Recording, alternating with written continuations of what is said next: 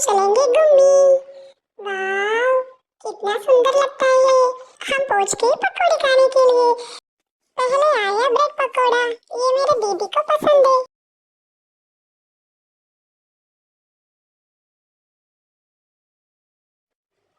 फिर आया चाय और पाव वड़ा। मुझे भी कुछ खिलाओ मम्मा। अरे ये तो मेरा फेवरेट है, आलू पकौड़ा।